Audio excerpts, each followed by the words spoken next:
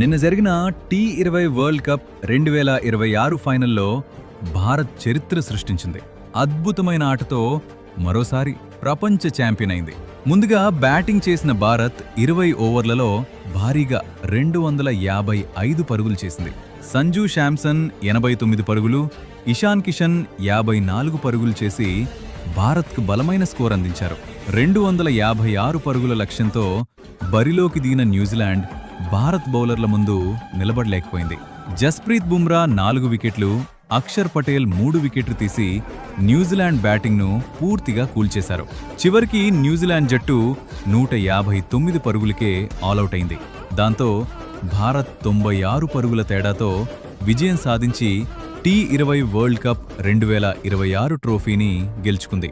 మొత్తానికి మాటలతో కాదు, ట్రోఫీతో సమాధానమిచ్చింది భారత్.